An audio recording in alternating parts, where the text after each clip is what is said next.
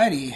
Excellent. Everything on? All right. Welcome to UltraChenTV. Oh, let me mute that. Welcome to UltraChenTV. We are starting off with Level 3 Focus. Usually on Mondays, we start off with First Attack, which is more for kind of intro, basic level stuff. But we did all that last week with the game that we're going to be talking about. So today we're just going to be jumping right into the fancier stuff. The game is Super Smash Bros. Melee. Yep, and since normally I have lots of weird, funny, fun stream problems, I'm just starting with the view like this. You see the video we're going to watch is already paused, and you can see right above us, right here, is our special guest for today, Mr. Bobby Scar. Would you like to introduce yourself, Bobby? What's up with it? I'm waving, but you guys can't see me, unfortunately. Yep. So yeah, my name's Bobby Scar. Well, it's actually Bobby Scarduzio. My gamer tag is Scar, and I'm a Melee player and community leader. So I started playing in 2007, and I got pretty good around 2009, 2010.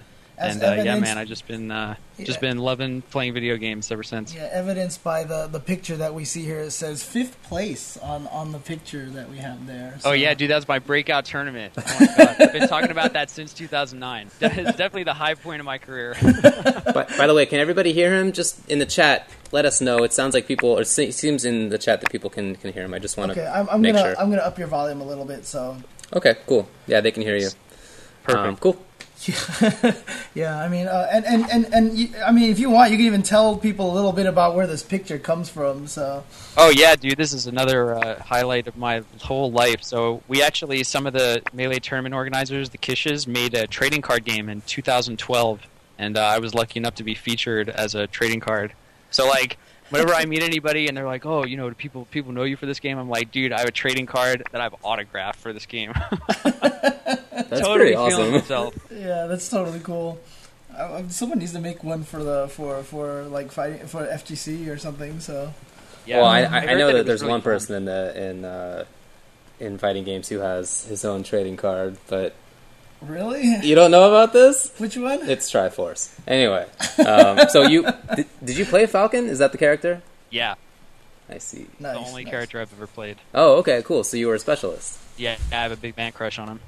But I mean, I assume that in playing, you got used to all the characters, figured everything out, and the matchups and how they all work. So I would say that Melee is one of those games where most people have between 1 and 2 characters, and most of the time when they have 2, they're like very closely related, like Fox and Falco. It's actually a really tough game. There's a lot of characters, and there's a lot of different situations. It's like a very open-ended game. So I'd say most good players are mostly comfortable with just 1, and we learn the rest by playing them or watching matches. That makes sense. Okay. Yeah. So wait, did you say you were a Falco or a Falcon expert? Captain Falcon. Captain Falcon. Okay. That's show me awesome. your moves guy. That's awesome. That's Yeah. cool. That's cool. Oh, yeah. So, no, I mean, I honestly did not hear. Oh, you did? Okay, I legitimately missed it. I thought you were pulling a little James Chen joke over there. No. I legitimately missed it that time. Was it the Captain Falco joke? Because I get that all the time. Oh, man, it's so brutal. Yes. I just saw you shaking your head, and I saw a bunch of people in the chat writing Falco and Falcon, and I was like, wait, what did you... Because, like, anyways. So today we have a few matches that we're going to go through, and actually that you're largely going to be talking us through. We wanted to highlight a few, just, again, to help people... understand how this game is played. Of course, it's going to be at EVO this year. Yes. It's going to be one of the highlighted games at that tournament. Hopefully has a big spot. And we don't want people who aren't familiar with Smash to dismiss it. We don't want them to see that it's on stage and walk away or not understand what's going on. Or if you're at home watching the stream and Smash happens to be on, you know, the thing is this game has a lot of subtle strategy to it that's really hard to see, just like any other fighting game, right? And so what I'm hoping to do here is if we watch these videos together and kind of point out some of the really high-level crucial stuff that goes on, other people can see that and appreciate it when they see it at EVO as well. Yeah, for sure. And I'm hoping that we can marry some of the similarities between Smash and traditional fighting games, and also the things that are unique about Smash. So hopefully we can cover both pretty well. That sounds great. All right. Well, I mean, I guess we might as well just get started. But before we actually get started, we're not going to go straight into the videos, right? You're going to talk a little bit about some concepts. Yeah. So I figured a good place to start, if we're talking about how to watch Smash, is how I like to watch it, and just talking about the game in a sort of broad strokes kind of way. So I've noticed that different people fall in love with it for different reasons. I think that like probably the most unique thing about Smash is how open-ended it is. Like at any given situation, every character has tons of options, and so there's lots of different things you can do, and there's no real right answer. Like we haven't narrowed the game down enough to say that hey, this is the way to play. So we're still like the game is constantly developing. So yeah, that's I would say that the biggest systems that people watch out for is the combo and DI system. So when you get hit, you can control where your character goes, and so that kind of makes for like 90% of the time that you hit somebody, what's going to happen next is not scripted. Right. There's very few times when you can actually just script your combo. So that makes for like really creative gameplay and super interesting matches. Yeah, I mean, I kind of remember last week I kept making that comment that I was saying that the game feels very like it's like very liquid, you know, because it's like you said, it keeps changing and it's different every single time. So yeah, definitely one of my favorite things about it, and that's where like I get so much enjoyment out of the creativity when you see people chase them off ledges and stuff like that. You know, yeah, dude. Yeah, for sure. And I was going to say something else about that, but I forgot what it was. I guess like the gameplay is kind of intuitive, and you have to kind of feel it. So when we watch, most of the time, like if you have a basic familiarity with the different moves that a character has, you can kind of put together in your mind what you think that the other guy should do. And if they execute perfectly, sometimes it's really beautiful. Yeah, the best is when you're like, oh, I think he's going to do this, and then they do something completely different that's way better than anything that you thought of. So blows your mind. Yeah. It's awesome. So I mean, that's standard for pretty much any fighting game, right? Yeah, just definitely. like watching these guys do stuff, and it's just like, oh my gosh, I never would have thought of that. That's just like brilliant. So yeah, for sure. And then the other big thing that I would talk about is the movement system. So like, yeah, you have a lot of different movement options, and there's platforms, and there's wave dashing and like sliding around. And when you get to like the top level players, the fluidity of their movement and the kinds of different things that they can do that's when things really get exciting and interesting. And like when you have two people that are extremely good, then oftentimes like they won't even know what the other guy is kind of capable of, and those surprises keep everything fresh. So we'll talk a lot about movement and DI and combos. Cool. Sounds good. Yeah. And I would say that my favorite aspect of the game, so I'm a big Morpheus fanboy from The Matrix, so I'll probably quote him a few times. Okay. So remember when he's talking to Neo, he's like flipping his pills around, and he's like, feels like tumbling down the rabbit hole. Yes. So it's like, with this game, when I played it for the first time, it feels like a very shallow and silly and simple game. And the best part for me was starting with that kind of like low-level understanding of it and seeing people get progressively better and better and better. And like the game's actually incredibly complex, and you can hit people and do tons and tons and tons of damage. And like taking it from the point where we were all noobs to where we are now, that's probably my favorite part of ever playing this game. So you started in 2007, or was that when you started competitively? Had you been playing before? Yeah, I'd been playing before. I thought that I was the best in the world with my Ganondorf. Of course. I think everybody goes through that, right? Like, Dude, my Ganondorf was so sick. I'd double jump, punch people. It's crazy. It definitely happened to me in Street Fighter 2 or whatever we were playing at the time. Yeah. I thought that I was the best because I could beat my friends and brothers and whatever. Everybody goes through that. So. And who did you run into? Like somebody incredible or just somebody really good? I ran into nobody who was good. It wasn't until half a dozen years later, at least, that I started going to the arcades, really, and that's when I figured it out that I was actually pretty bad. Yeah, it was like 5 years for me, and the first good player that I played was actually like a world-class player. So it was a tough day for me. Tough day for the kid. The first time I remember playing somebody who one of my friends came over and pointed out to me as to say like, check out this guy. It was John Choi. And we were playing Super Turbo, and those I mean, a blow up. I know I've told the story a bunch of times, but I used to me and my brother were the best in our arcade, and that's when the guys came around to recruit for the World's Finest tournament, and that's Toma Ohira was one of the guys who came and played, who of course was pretty much the first best Street Fighter player in the country, and that. I mean, it was one of the most demoralizing experiences ever. Yeah. The best part about it, too, is at the whole end of it, he actually looked at us and said, you guys are some of the better players that we fought. and that must have felt good. And they destroyed us. I don't know. It felt good and bad in a way. You know, it's like, wow. A confusing experience. Yep. Now I wanted to introduce like a few other things really quickly. So as you guys know, with any game, the characters and their options are extremely important to understand. So I'm going to try to give a super low level understanding or explanation of some of the best characters in the game. Yeah, because we skipped characters last week, so yeah. Yeah. So first, almost obviously, is Fox and Falco. So I'll put them in the category of the fast followers. And I would say like the basic thing that you need to know about them is that they have a ton of options. They're very technically demanding, and they're kind of glass cannon type characters where they hit really hard, but they get hit really hard, and that's kind of what their role is. So they're a little bit more of the lighter class then, huh?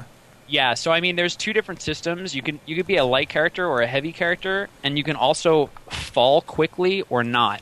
So it's kind of strange. We don't really have great terminology for it. We just call them fast fallers and floaties. That makes sense. Okay. Yeah. So like you'll see Ganon, like when he jumps, he's obviously super heavy. Or Bowser's an even better example. He's like 700 pounds.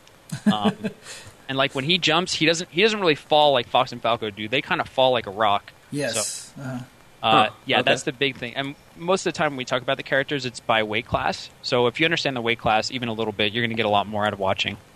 Nice. So those are the fast fallers. The top floaty characters are Peach and Jigglypuff. So the things to know about them is that they kind of can't be punished very hard because of their floatiness. When they get hit, they can, if you DI the right way, they fly away really far. So it's really hard to follow them up. And gotcha. when you read that DI, like when certain characters read that DI, so some of the most fun games for me to watch are Fox vs Jigglypuff, where it's that kind of constant battle where Fox is super fast, gets hit super hard. But if he hits Jigglypuff, she can fly far away. But he's so mobile that he can sometimes follow it up. So, yeah, that's the kind of trade-off between them. I can see that. And then Sheik and Marth are the two best characters that are in the middle. So that obviously ranges, their floatiness and so on and so forth. But they're nowhere near as floaty as Peach and Puff, nowhere near as fast faller E as Fox and Falco. And they're kind of like right in the middle. It's not like a Goldilocks situation where they're better because they're in the middle, but they just have they have a less pronounced version of those trade-offs. So they're pretty mobile, they have good punishment options, and when they get hit, they get hit kind of hard. Now, do you actually feel like those 6 are like the best characters in the game? Yeah, absolutely. Yeah. Okay. So it's pretty... I mean, Melee, obviously, a game has been around for a very long time, so like ST, it kind of has a very... Like Super Turbo, has a very defined tier list then, right? Yeah, it does. And for better or for worse, those are like the 6 that you're really going to see. The 2 characters that are seen often but are not nearly as good are Captain Falcon and Ice Climbers. Yeah. And they keep it fresh and they mix it up. Captain Falcon's obviously the best character in the game in terms of how cool he is. We don't even have to talk about it. And then Ice Climbers are pretty fun to watch too. A lot of people have a thing for Ice Climbers. So yeah. Oh, dude, every time I start seeing Ice Climber Infinites and crazy throw combos, I get super hype. So. Yeah, we're going to see some crazy stuff today. Nice. So nice. in tournament play, is the tier list pretty abided by? I mean, do people not tend to dip into mid-tier and low-tier characters? Yeah, I would say that like there's a big cutoff after those top 6, but there's kind of a phenomenon where depending on the day, any one of those 6 characters can look like the best in the game. So it's interesting in that, there's characters that just poop on the rest of the cast, but between them, it's very, very even. It actually sounds very Third Strike-ish. I was just going to say that. It sounds like Third Strike, yeah. There's some days where Makoto just blows everyone up, or Yuri blows everybody up. If you think of Third Strike as like an 8-character game, it's really good and well-balanced. Yeah. They have a lot of really good matchups among them. But then when you start talking about everybody, it's like, what's going on? Yeah. Just let's not talk about Sean and Remy. Is Dr. Mario viable? Yeah. Dude, you're so happy now. My dude. Dr. Mario, when played really well, is super sick. There's a guy right around here. His tag is Shroomed, and if you want to watch some good Dr. Mario matches, watch Shroomed. Nice. Here's another question. The only other thing I was going to say about characters is I feel like there's a certain level, though, of technical proficiency where if you kind of master the character options, then any character can be viable, tournament viable. And you can start to win. You start seeing low-tier players win local and small regional level tournaments. Nice. I see. I would say at the national level, it's extremely, extremely difficult. Okay. That makes sense. Yeah. Just out of curiosity, when people play Sheik, do they ever change to Zelda, or is it just like pure Sheik? The only time that you really see somebody change to Zelda is if they're too far away to recover with Sheik. So Zelda's up B goes... I can see that. Uh-oh. Oh, no. Did we lose you? Bobby, are you still there? Bobby. extremely far. Oh. So they'll sometimes do that just to recover. Okay. Am I back? Hello. Hey, man, yeah, you were out a little bit. You're back Hello. there. Okay, cool. Oh, I'm sorry. You're good, Yeah, you guys you're cut good. out a little bit too. Okay. Yeah. Can you hear me now? I can hear you now. Yeah, we can hear you. So. Shout out to Skype. Yeah, what are you going to do? Yeah. Sometimes people change to Zelda to recover. That's like almost the only time. Right, Zelda's upbeat right. goes really, really far. Okay. Then the only other time is a style on somebody. Oh, really? Okay. So yeah, That's if you're up like 3 stocks, you switch to Zelda, the whole crowd's like, oh my god, this guy's getting whooped. Is Zelda not good? Zelda's terrible, yeah. really. Oh, that makes me sad. Some people are quite good with Zelda. You know, it's the same kind of situation where if you're good enough at the game, you can make it work. There's a ton of options, and there's also like a ton of surprises with low tier characters. Like sometimes they have options that are actually super incredible. If you're not used to it, you can like lose 2 stocks in the game to it, and then all of a sudden it looks very different. Right. Okay. Okay. Cool. All right. Is there anything else you wanted to say by way of intro? No, I mean, I was just going to ask if you guys had questions. Oh, and one more quick thing about stages. So we have pretty much 5 neutral stages and 1 kind of crazy stage. 2 of them are big, 2 of them are small, and 1's right in the middle. It's the Goldilocks stage. It's called Battlefield. So most games, if you watch, you'll see on Battlefield because... So the big stages, the characters that can move really fast can exploit that much better. The small stages, they can't, and that's kind of why we often see games going to Battlefield. Gotcha. Yeah, Battlefield is the standard one with the big platform on the bottom and the 3 platforms on top, right? That's correct. Okay. Yeah, and FD Final makes everything crazy Destination. because no platforms is out of control, man. Yeah. I mean, does that give certain characters a huge advantage? You know, like I can imagine Yeah. some characters are way better at multi-level fighting, and then some characters are way better at like straight. Yeah, it absolutely does. Okay. I would say that like the big thing about FD is that it takes everybody's punishment game and it turns it up like 4 notches. So you really like can't get away. If somebody hits you, you're pretty much going to die. And those characters that can punish even a little bit harder, like that advantage gets really blown out of proportion. Gotcha. So what are the other stages? The small stages are called Yoshi's Story and Fountain of Dreams. We talked about Battlefield. FD is one of the big stages. FD's Final Destination. And Dreamland 64 is a really, really big stage. And then there's one counterpick stage called Pokemon Stadium, which is really, really interesting because it's got a really flat, long stage with 2 platforms. But the blast boxes, the points at which you die, are much smaller. Oh, really? Oh, yeah. okay. I would say that the blast zones are almost more important than the size of the stage because... Like when you start having floaty players, like I said, when you hit them, it's kind of hard to follow up. So once they get to a certain point, like it's really hard to kill them because you can't combo into your kill moves. So you really need to get your sort of pokes to kill them. And so, you know, the smaller the blast zones, the better that is for you. But I mean, also the stage morphs from time to time, right? Yeah, I try not to talk about that. It's just so random and strange. Like all the times you'll see like a gigantic rock move out in the middle of the stage, and then both players will just pick their side, and you just kind of wait. Is it actually random? It's not like in a timer or something? The time at which it comes out and the time at which it goes away is not random. But there's 4 transformations, and which one you get is random. Oh, wow. Okay. So, I mean, it's also true, like, is it Fox and Falco? Do they both have an infinite when they have a wall? Fox does, yeah. Fox does. Oh, okay. So, in other words, it's almost kind of like he would like that stage because then if it morphs into the rocks, he can. If that happens, he's pretty happy. Okay, nice. And what are the rules? Since James brought up that stages can be a big factor in matchups. What are the rules with respect to counterpicking on stages? Like say somebody loses, can they counterpick stage? We are in a period of turmoil about this. So a general principle is that the first stage we strike down to, so basically both players have 2 bans, and you pick like the most neutral one.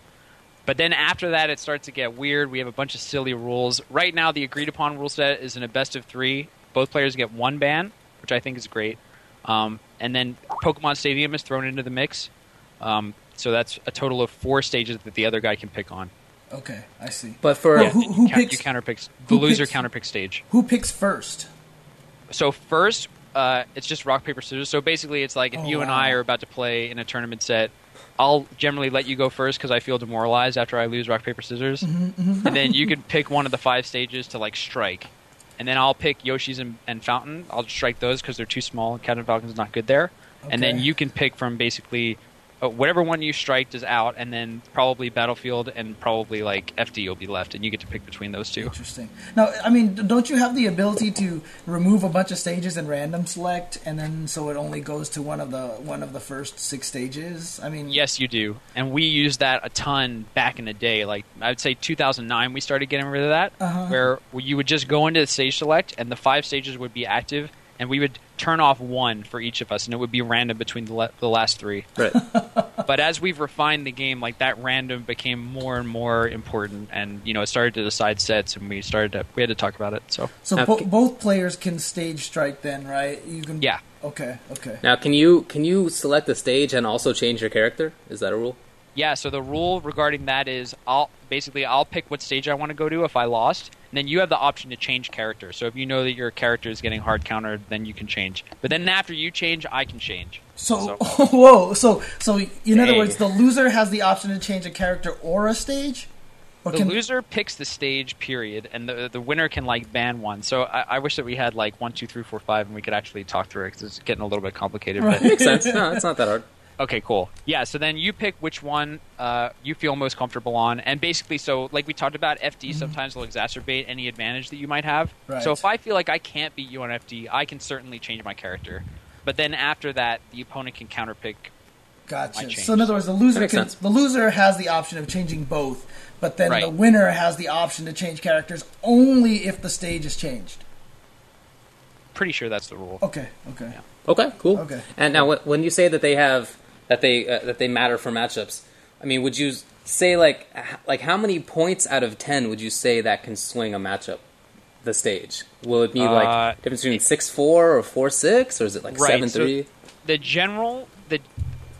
So most generally, if we're talking about just pick a match at random, like what are you most likely to see? Yeah. If you get 1 ban, then I would say it goes from 5-5 to 6-4 for sure. If you don't get a ban, generally it can go to like 6.5, 3.5. But in certain matchups, like Marth versus Spacey on FD, it can swing really, really hard, like to the point where it's 7-3 or 8-2. Wow. So that's why I think that I've been championing this for a long time. I feel like bans are kind of essential because what we do, once you get to a 3 out of 5, we take away your bans, and so Marth can end up picking FD, and he has what I consider to be like almost a free win. Like the Spacey player needs to really, really outplay that Marth to walk away with it. And like in my opinion, it's almost like, okay, why are we going from 2 out of 3 to 3 out of 5 when we add in a throwaway match? Like it doesn't very much make sense to me. Interesting. Okay. And by the way, when you say Spacey, I'm so sorry. Spaceys are the fast followers, Fox and Falco. Right. I actually, I don't like any of the things we call Fox and Falco. I think we should just call them Fox and Falco. Are they the only 2 fast followers? Fox, Falco, and Captain Falcon are fast followers. Oh wow! Okay. Yeah. Shouldn't we just call them like the Star Fox, or like what's their team? People started calling them space animals, which it's like when you count the syllables, it starts to not make sense mathematically. Yeah.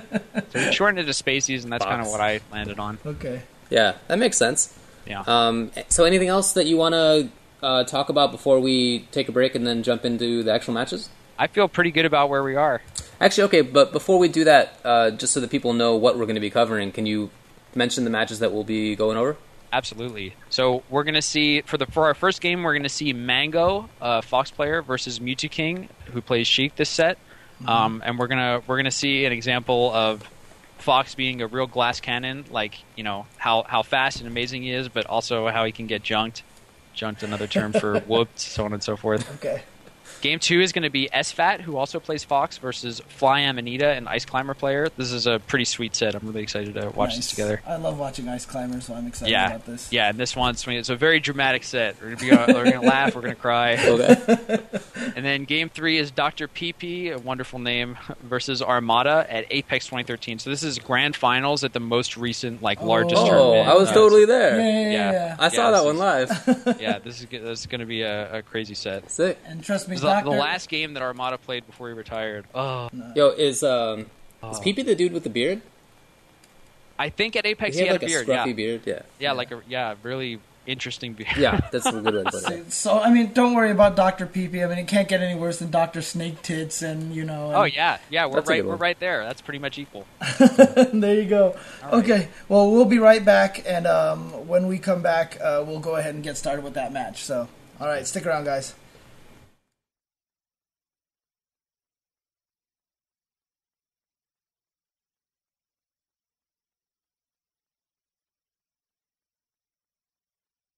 Yeah. All right. Yes, and we are back.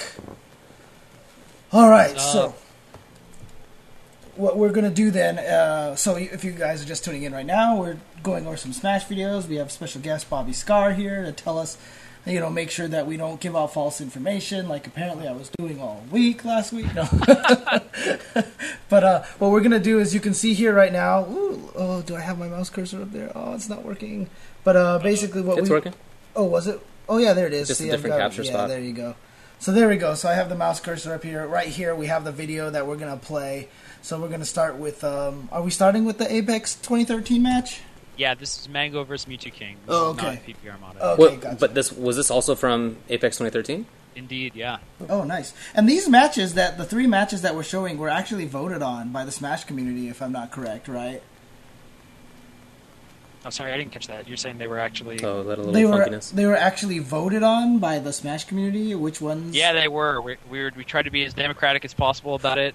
Shout-outs to @Revan on Twitter. He put together a sweet poll, and these are the 3 that came out. That's cool. That is cool. Yeah, otherwise you see a bunch of matches of me winning. Fair enough.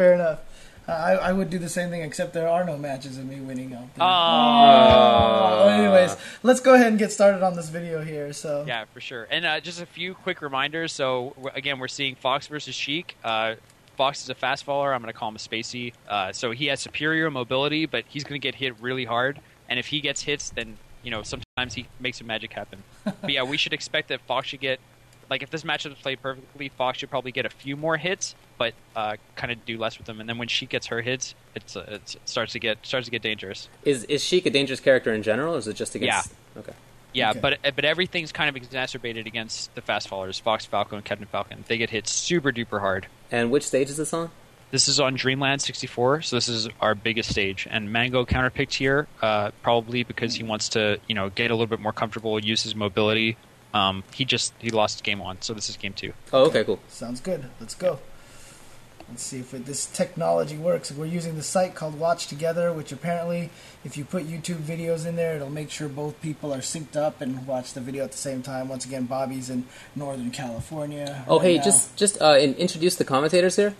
Oh, yeah. So you have Doggy Sandwich on the left in the green and Prague on the right. Those are super homies. Okay. If I knew their Twitters off the top of my head, I would shout them out. Yeah. But Prague is definitely at Prague Ducktoe. Yeah, I have the volume of the actual game down a little bit, so... Yeah, mine's off, but, Okay. So, press play? So, am I pressing play, or are you doing that, Bobby? Well, if you want to do the pausing, I'll let you do the playing. Okay, sounds good. And then over it... let's... we play it by ear. Yeah, I guess we'll play it by ear. I'm not sure whether we want to let it run first and then go back, or we'll just stop it, or what. Alright, but here we go. So, people on stream, let us know if you can actually see this. It should be playing, so this is good stuff. Is the pre-match fist bump a thing? Sometimes. Okay. Mostly it's a sign of respect. Okay, right away we see Sheik just going in. Yeah. So she got a grab off, and you saw that she's doing some what we call tech chasing. So it's whenever you hit the ground and she's continuing to punish. That's a really big deal, and Fox does not want to get grabbed. Okay. Yeah, Fox wants to stay away, you said? Use mobility? Sometimes, so I think that he's just going to want to be super mobile and kind of bait Mewtwo King, so I'm probably going to call them by their names again. Mango's the Fox player, Mewtwo King's the Sheik. Mm-hmm. He's going to want to bait Mewtwo King into throwing out moves and use, use footsies, go back, back away from the move, dip back in, and get a hit. Dude, there's been 90 things that I've just seen already that I want to let's do it. Yo, these dudes are living in the sky. They're not even on the stage. Okay, well, so here's a question, really first, real quick. I mean, is this a common pace for this match? No, this is this is really fast. These guys are amazing. Like, that grab right there was actually amazing. Okay. So here we go. So he's just going in there, getting in. And already, okay, so here's one thing I want to ask right now. So you said which player's Mewtwo King again? He's the Sheik, right? Correct. He's already kind of purposely jumping off the edge. Yeah. Like, that seems almost like a bad idea at first, because that's like the furthest place you want to go. Why would he be doing that?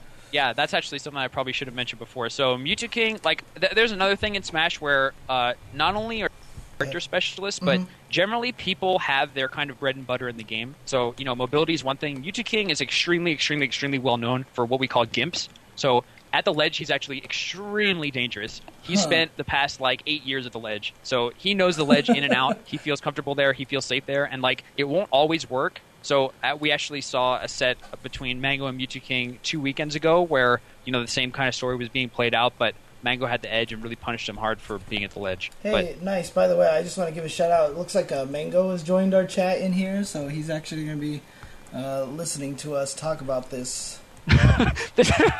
That's so funny because this is going to be the first time that he watches this game. I know for sure. Mango never watches a single one of his losses. Really? Sorry, Mango. All right. Well, let's keep going here. Let's keep going with the match. So let's play this. And there we go. So right here, you can see that that Mango was trying to stay above him for a little bit. I mean, is Sheik very dangerous from below? Yeah, so I think that a more common thread would be that, when you're up on the platforms, it's kind of hard to come back down, and a lot of characters don't really feel comfortable just hanging out on the platforms. Gotcha. So you really need to find your spot to come down. You won't see, you'll see lower level people rushing to get down, and then they'll get punished really hard. But, when we get to the level of Mango and Mewtwo King, they're gonna dip and dive around to the left platform. If you're following, they're gonna go back up. Otherwise they're gonna make their way down. Right. And this is really cool here. I mean, because we saw Mango do a really nice get back with the towards B from Fox, and then Mewtwo King did something crazy here. He, instead of getting right back onto the ledge, instead he jumps and kicks him right there, and he used a wall jump. So so you have. Oh, he has a wall jump? I mean, Sheik has a wall jump? 2 jumps, and the wall jump is Sheik, Fox, about 4 characters do. Oh, wow. Yeah. Okay. So wall jump, just it's kind of just another extra mechanic. It doesn't come up often, but since Mewtwo King's always at the edge, it does come up a lot. Right, so here again, wall right jump. there. Oh, that's so good. And then he gets the double jump still, yeah. Yeah. And look at him, he's just jumping down. Yeah, do you see him on the wall right there? Yeah, that moment was pretty crazy because, Mango knew that so you get a little bit of invincibility at the ledge. So as soon as you grab onto it, you can't get hit for, I would say, probably half a second. So that was just starting to wear out. Mewtwo King went hard. He just ran at him and threw out that back air. So if Mango was too late in jumping off the ledge, he was certainly going to die. Check this out. Dude, that's ridiculous. That's also a crazy moment because you'll see, after Mango got hit by that needle, he actually made a really intelligent decision to fall as far as possible so that, he would barely make it to the ledge. The reason to do that is because most Sheiks are probably not going to chase you out that far because it's actually kind of questionable whether he's going to, have the... How do I say? Whether he's ballsy enough to actually go for it and make it back. It's, not super simple, and if you get hit by Fox's up B, which has a hitbox around it, then, he's probably going to die. But Mewtwo King's been in this situation a lot of times, and this is kind of what he's known for, is these incredible offstage edge guards. So it was a combination of Mango making a great decision and then Mewtwo King following up really well. So once one of the dudes, once one of the characters loses a stock, in the incoming, is there an incoming mix-up? Is that a thing? Yeah, it's actually a really important part of the game. You have a little bit of invincibility. Oh my god. Sorry. It's okay. It's a sick moment too. You have a little bit of invincibility. It's maybe 2 to 3 seconds. Video while play. And so it's really critical that you don't get slammed for that. You have to run away. Say that last part again. Sorry. Was I cutting out? Yeah. We cut a little. Sorry. I was just talking about the invincibility after you get back after losing a stock. So you have 2 to 3 seconds, and you're basically just you're the coolest dude in the world. You can't get hit. So the other guy just has to kind of run away, and you can't be predictable either. It's actually really, really challenging when you start to get with the top players. It's super hard. Okay. So here we go again. Now he's trying to edge guard him there, and catches him on the delay. Yeah, up smash is a really amazing move, but Mewtwo King had great DI and didn't die from it. Yeah. And he was just trying to hit him with the startup fire from Fox at that point, right? Oh my gosh! Yeah, so that's another example of him going so low that he can't die. But, Mewtwo King, what throws you off the ledge, you almost expect the other guy to die. Right. So it was really, really smart of him to continue to go really down. Cool. So this edge play is ridiculous right now. And I talked about this on your podcast. It's by far my favorite part of the game is just them trying to... This game right here. Oh, yeah. Nice. So can I pause it for 1 second? Yeah, of course. Yeah, so I was just going to say, like, with Mango going really far down to recover, there's kind of a mix-up there, too, where... most players, like in the world, will just kind of want to get back to the stage. You feel really uncomfortable when you're off stage and up being, and Sheik's right there and can kill you. Mm-hmm. So there's a mix-up in that it's really smart to not up B right away, and it's really smart to go really deep. But if Mewtwo King reads that, then he can just grab the ledge, and that's a really safe edge guard. So there's like a really kind of intricate game that they're playing where Mango knows that Mewtwo King is like ready for anything and wants to kill him, and so he's preempting that he's going to be aggressively edge guarded, and therefore he goes as low as possible. So okay, hang on a second, Bobby. People are saying on the stream that it's actually desyncing the audio right now. Oh. What are they seeing here? Apparently, it's very very far ahead of the action on stream. Oh, the talk is very The far audio ahead? is ahead of the video, yeah. We're kind of just talking at a... We're not really pausing when we start to talk, so maybe we should do that, but yeah, I don't know. Okay. Yeah, I mean, we're not being exactly on when we Right. are referring to things, so Right. it might I don't know that there really is a big delay. It might just be us. Yeah, they're saying that the video is miles behind the audio right now, so... And it's probably because we're just letting it play as we talk. Do you want to try to pause it as we see things that are interesting, and then we'll see if that fixes it? I'm just starting to wonder if, just through trust me. the uploading of this video and stuff like that, the video is taking a little longer to get there than the audio. I mean, some people are saying that it's not a big deal, but some people are saying it's really laggy. Let's just keep going how it is right now, and we'll just see how it goes. I mean, because, as long as they see the video, it's fine, I think, in my opinion. Okay. So. We could also do a test where when you press start, you say, start! All right, yeah, let's do that. All right, Sure. you ready? Like, 1, oh, yeah, that worked. 2, 3, go. Okay, I just clicked start. But it didn't, so let me tell you when it actually goes. It went. Okay, it started. It's starting... Oh, yeah, never mind. There's a problem, because Yeah. it went for me as soon as you said go. Oh, really? Oh, for real? Okay, yeah, there's a screw up. On our side, it's like stuck a little bit, and I think that's just because my computer's going up and down all over the place right now with the internet. So Uh-oh. let me check something here. Actually, it's not even that bad here. Shockingly God, enough. Cam Twist is memory hog, huh? Yeah, Cam Twist is crazy. So it's trying to do a lot of stuff at the same time. All right, let me go back a little bit. Okay, there we go. Okay, Oh, it just started. Okay, like Yeah. 2 seconds before I said that. okay. Okay, you feel better? Yeah, we're back now. So now we see Sheik trying to knock him down. Oh gosh, did he just do a neutral? A? Yeah, he did so deep. Oh my god. That was so far down. Fiend. We call them fiends when they That's eat those ridiculous. kills. Wait, what? Oh, jeez, and they both live. Yeah. That's ridiculous. Yeah, this game's nuts. Jeez, okay, I'm gonna go back and rewatch that just for a second because it was lagging over here. So I just want people to be able to see that the best of the abilities. Dude, look at this. Oh, jeez, that's Wow. ridiculous. Yeah, it's pretty crazy. So some of the things that we're seeing right now. So Mango actually has some of the best recovery out of any like spacey player. Oh my gosh, he just took No, out. it's Wow. Hang on a second. That was crazy because. Are you still there, Bobby? Yeah, I stopped talking because. Oh, okay. No, I mean, that was crazy because Mango came in, had pretty much all of his life. I mean, he had no damage, and he Right. was still killed almost instantly. Right. And so, like, he knows that. He's, like, an amazing player. Right. But he has such good recovery that it often enables him to be this gutsy at the ledge. But this game is, like, an example of what happens if you're not playing perfectly. Wow. Like, every time he gets hit, he's getting punished extremely, extremely hard. And like you said, he doesn't really even take that much damage on stage. So basically, he's making a bet that he can keep up with a Sheik player at the ledge. He's kind of saying, like, hey, I can outplay you really, really hard.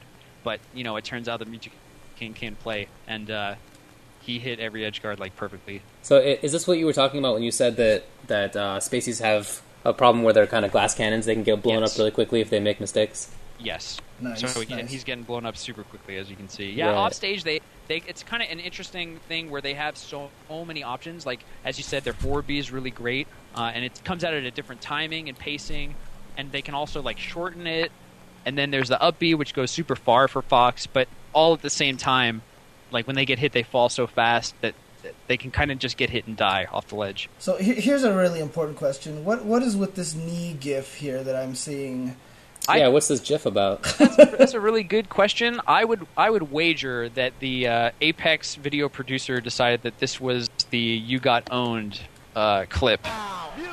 They were kind of, I mean, that's like a doctor thinking that he could just test the reflexes of Captain Falcon, and like, you know, we all know that's a bad idea. That's a great GIF. So okay, This doctor looks pretty convinced that he's just doing his job. yeah, he wasn't asking for it. All right, can we go back and just like watch that now? But we just saw that round. Last sequence, you No, mean? I mean the round. Oh, just the whole round, just straight Yeah, through. because it wasn't right? that long, really. We just Okay, kind of cut it up yeah. into a million pieces. Okay. Yeah, so they're just button checking right now. Oh, this is back in Starts at the about 2 minutes. If you Oh, don't mind, the- I'll just hand jump warmer, forward, as jump they forward. say. yeah, the hand warmers. We limited it to 30 seconds. I think that was a really good decision. No more of that. Dude, we need to do that in Marvel. There are some people who button check forever. It's becoming an issue, yeah. So that. that speed and following up there was really impressive. Yeah. And so right here, it Wait, looks like yo. he catches him with a combo. When Fox is kind of dancing around like that, Yeah. what's he looking for? Like, what's the goal of that? Yeah, so he's dipping in and out of Sheik's range, and if she throws out like that forward tilt, you see how she just kind of moves her foot forward. Like any of those moves can be punished really well. Like so, basically, what Mango's trying to do is get Mewtwo King in a position where he's throwing out a move, like he's committing to thinking that Fox is somewhere, and just he's trying to run away and get back in range. I see. Footsies, man. Jeez. I mean, it's just so Yeah, he's always wall jumping to get a third jump, isn't he?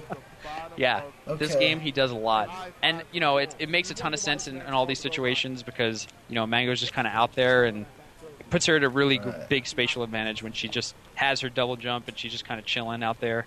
Now this is just a perfect example of a situation where because So that was a perfect example of dash dancing, by the way. Okay. So you see Mewtwo King, if you want to back up, Sure. Mango comes in with a nair, and I think that he even overshot the nair, where like, so nair is neutral air. So this is Right. after Mewtwo King dies, so we could talk about it a little bit before it happens. So that neutral air, that was the kick. You see how how Mewtwo King just dipped back Yeah. and barely didn't get hit by it. Yeah, definitely. That's just. I mean, that's footsies. That's awesome. Yeah. That's really cool to see. Yeah, and so Sheik has even a smaller dash dance than Fox, so like you'll see that she just kind of dips and dives with a much like smaller. I don't know, it's not a radius. It's like she covers way less space, so it's even harder to do as Sheik. But yeah, I thought that was an incredible moment. sorry about this. My computer is like completely.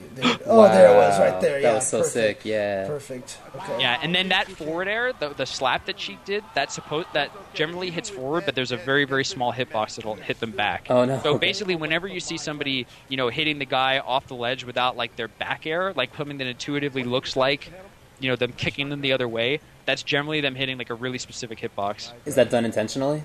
Yeah. Now, here's a question. Why did Mango climb back up the first time when it looked like he had this ledge guard right there? Right there? Yeah. So, yeah, basically, this is actually really important, and I should talk about it at length. So, Oops, hang on. on the Bobby. ledge, Oh, yeah, go there's- ahead. Go ahead. that thing called edge hog. Right. Said. There's a thing called edge hogging, which is basically like I'm holding the ledge in some sense, and therefore you can't. Right. So the roll, for the whole time that the guy's rolling, he technically has possession of the ledge. So if Mewtwo King upbeat and went for the ledge, during the time that Mango was rolling, he's just going to fall to his death. Gotcha. So basically it's a way to limit Mewtwo King's options. And so he covered the option of upbeating to grab the ledge, so Mewtwo King had to land on the stage, and then he punished his cooldown. Gotcha. So it's almost kind of like an option select, right? While you're grabbing the ledge, you hit up. You're already rolling up onto the ledge while they know they can't grab it. So you're already in position to punish them when they land on the stage. That's exactly right. Wow. Cool. Good stuff. All right, let's keep going with this match. Let's see if I can get it going, because... Come on, internet. yeah. Okay, so Perfect. there he edge-hocked him and killed him. And so here we go. They've both lost one stock now, so it seems almost kind of like a little bit of even match. But then this happens. Yeah, so we could talk about exactly why that is. Do you want to start like talking about that a little bit more deeply, or do you want to keep this pace? What do you? What feels good for you? Man, it's up to you, dude. If we only go through like one match and we get to go through a lot of these details, I'm okay with that. To be honest with you. Yeah, I'd rather go in depth. Yeah. All right. So basically, that whole. Oh, no, I rounded way too much. Basically, yeah, we were saying that it looks pretty even, and then all of a sudden, Mango dies. basically, he went in with certain moves that are kind of not safe at Mewtwo King's percent. So something that's really important and gets increasingly important as the character gets lighter and floatier is this thing called crouch canceling. So basically, it's like super armor or something like that, where you just take the hit and you go significantly less far. So at low percents, Mango's going to nair Mewtwo King at he's at about 20 or something. Mm-hmm. And Mewtwo King really doesn't go anywhere. So he just eats those moves and trades it with a grab. So I think that there's a slight technical misstep there too, but the basic premise is that, Mango went in trying to get some hits and convert some damage off of it, but he didn't play perfectly, and therefore he got grabbed. And then off the grab, Mewtwo King just executed like a madman. Okay. Well, hey, actually, do you want to take a break real quick? I'm going to try to restart the stream because a lot of people are saying that the lag is getting... Yeah, well, yeah, totally. Yeah, I mean, that whole time we were talking, the video was paused, just in case you're wondering. If people think that there was huge lag, it's not the case. It was just paused. Yeah, and then I went to the wrong moment, too, so that was here pro. We go. So he's going to edge guard him right about here. And then we're going to see, he's at about 40%, right? Yeah, and Mewtwo King's going to be at really low percent, like 20 or something. So you see he hit him, and then he shined him, but Mewtwo King didn't go anywhere, and then he just grabbed him. Right. Okay. I'm going to go ahead and pause. I'm going to restart the stream, guys, so we'll be right back. So, Bobby, stick around, and everyone else stick around. Hopefully this will take care of the problem, okay? Yeah, I'm chilling. All right. Talk to you guys soon. All right.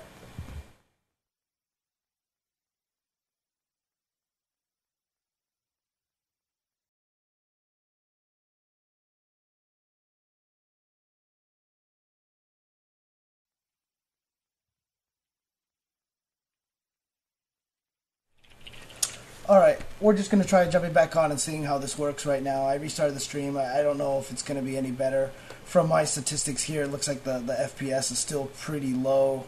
No. So it's still about like 20 FPS, so hopefully it'll be okay as people watch it. So people are saying there's no desync right now, so let's just keep going. Every time we take a commercial break, I'll stop the stream and start it again. So let's just keep going forward here.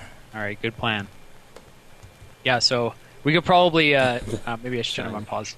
We could probably speed it up at this point. So we saw like the basic theme of this game is that Fox needs to be played really, really perfectly, especially if you're going to challenge Sheik at the ledge. And like basically what we can do is kind of look at the subtlety of Mewtwo King's movement, and that's really what's giving him the edge here. So okay, cool. And then there's a moment on that last shot that's really incredible. So this is basically a mistake. Right, Mango obviously didn't want to be there, and now he's just kind of getting pwned. Yeah, those needles are amazing, and then that nair. So that's also something that was kind of interesting. So I'm going to pause it. It's really hard to see the needles too when Sheik actually throws the needles. It's very subtle, right? Yeah, it's almost you kind of had to feel it with the timing. I never see them, so maybe that's just me. But okay. Yeah. So anyway, basically, Mango was off stage and doing an up B towards Dreamland. And Mewtwo King grabbed the ledge, so he had that invincibility that we talked about for maybe like a half a second.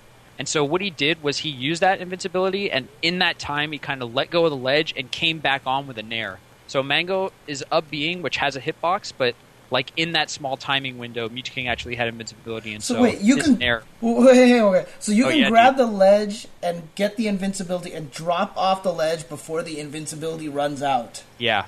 Yeah, so we could take a really quick look at it again. Just watch Mewtwo King as Mango up Bs, and you'll see that Mango kind of just goes right into that nair and falls back off the stage. Okay.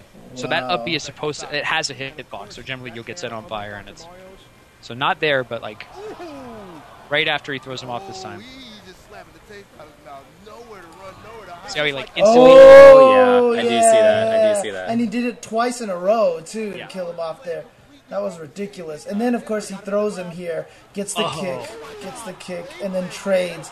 And at that point, when you have such a huge stock lead, you're just going to trade anyway, right? Because if you both die, who cares? Definitely. And yeah, the real highlight of that last moment was that, so you see he back throws and he gets a hit, and then he does a wave dash, which pushes him off the stage, and he throws out a nair like immediately after his character is airborne. Holy crap! Okay, I did not catch any of that, but yeah, let's do that. So he's not going to jump off the ledge; he's going to slide off of it, and he throws out his move as soon as possible. So that's a really, that's like something like when we saw it was like, oh my god! That's why everybody's like, ah. Okay. So is it right there? Is it playing on your end? It's not playing on my end. Hang on a second. Oh, I'm so sorry. You could probably rewind it for that last kill. Yeah, that's fine. Yeah, I'm watching the doctor get owned. Okay, here. Perfect. Okay, here we go. We got another grab. Okay, and then it lags there. Thanks. Thing.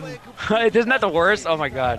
Okay. He gets the back air and slides. Oh yeah, I see it. Okay. That's so sick, man. That movement. Good stuff. That's so ridiculous. That's Mango Muji King number 2 in a nutshell. Nice. So did we want to just look at that round and then go to the next match, or did we actually want to finish watching these two play each other? I'd like to go to the next match. Okay, cool. It's going to be more of the same, but yeah, I recommend that you guys, if anybody's interested in checking this out, just type in Apex 2013 Mango Mewtwo King on YouTube. And, I would love to shout out like some of the matches that you can just kind of watch on your own and just super dig. I don't know if you guys want to do that, and like I'll just send links to you. Or we'll send that out on Twitter at UltraChenTV after all this. Because I say that whenever we break matches down, whenever we do, we chop it up into a million pieces. And I know people, some people like that, but other people want to watch the full match, whether before or after. So we'll definitely send a link out. You can see it on your own time if you haven't already. Yep. Totally. All right, but I mean, just in this one match, I just hope a lot of people see just the ridiculous amount of skill that is involved in this game. And then, like I said, my favorite thing about this game is when you chase someone off the ledge like that, the amount of tension it builds up, the natural just kind of like excitement and energy level you get from this game from watching those situations is ridiculous. And this is the main point of doing this, is I'm hoping a lot of people who aren't familiar with the game start understanding the technique involved, and then can watch it and get excited too when they actually watch the match. So, totally. Sir, are you ready for the next one? Yeah. So we're moving on to the Fox vs. Ice Climbers game. Okay. It's SFAT as Fox and Fly. I'm just going to call them Fly as Tyke's Fly Amanita as Ice Climbers. And so, one more time, I'm going to just remind the people that Fox is going to be, again, kind of like when he gets hit really hard, but he's going to be moving around much more, and so he has an advantage there. And we haven't talked about Ice Climbers yet, but you guys mentioned the crazy grabs. So it's basically two characters. You fully control one of them, and the other is partially controlled by you and partially by the AI. And so basically, like, they're super weird. I don't understand them too well, but I mean, the basic concept is like, since it's crazy that there's two of them, and I kind of can't predict what they're going to do, like, and I think that this is kind of how most people approach this matchup. Like, you kind of just want to kill the AI one and just separate them. So once they're separate, then you can kind of digest their options a little bit better. And plus you really hinder Ice Climbers because up B goes away, right? Up B for Ice Climbers to get the maximum height, you need both of them. Yeah, and so as people got better at the game, so basically up B is a way to come back when you're. Well, their up B is. Sorry, Bobby, are you still there? I'm losing you a little bit here. Great, right? But basically, if you have good enough DI, you can manipulate your character. Yeah. Hello. Oh, hello. Yeah. Hey, we lost the last 10 seconds. So start with if you have the up B. Yeah, so basically, like, if you DI well enough, which is what good Ice Climbers players will do, if they only have one character, instead of flying like directly to the right or left, they'll fly up into the right or left. So they can use their forward B to recover for a lot of ground. So it is important, like, especially if people are knocking you, like, if Fox is starting to shine you, you're going to die, because his shine is down B sends you at a down and away angle. Right. But for most hits on stage, you're going to be able to recover.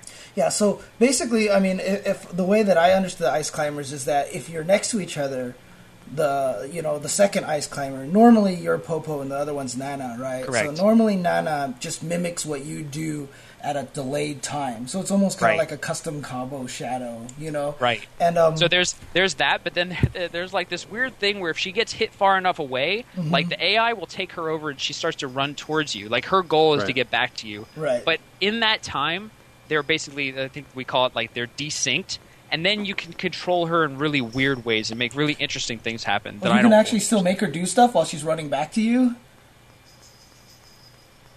Yeah. Whoa. Yeah, we didn't hear that. Okay, so answer my question again from the start, if you can. If you're there at all. I cannot hear you, and he is gone. Oh, is he really gone? I don't know. Are you still there, Bobby, or are you gone? Bobby, come in, Bobby. We've lost Bobby. Oh, we just got a little message. Is that okay. him? Yeah, let me call him back real quick. No, it's the call is still going. Oh yeah. We're just not hearing him. It's saying connecting again, so okay. It just got disconnected or something like that. So let me try calling him from the beginning again.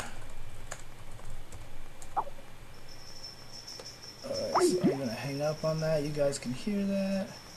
Problems with the bad so-called. Okay, yeah, anyway. Let's just do a call like this. Okay, here we go.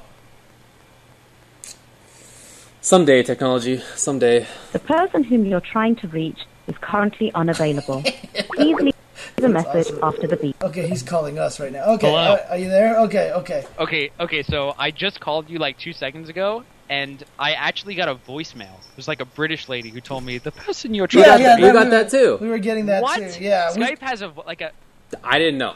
This is next level. I did not know It's that like either. as if we were trying to call each other at the same time, and it just went crazy or something like that. But So anyway, we're talking about the ice climbers, and Yeah. were you saying that you can control Nana to some degree, even when you're desynced? Yeah, that's right. So it starts to get pretty wild. That's crazy. And the when, coolest thing is... Oh, go ahead. When you're close, and you're Popo, and you're like doing cool movement options and the like, does Nana follow along with you? Yeah, she does. Like if you're wave dashing, will she? Yeah.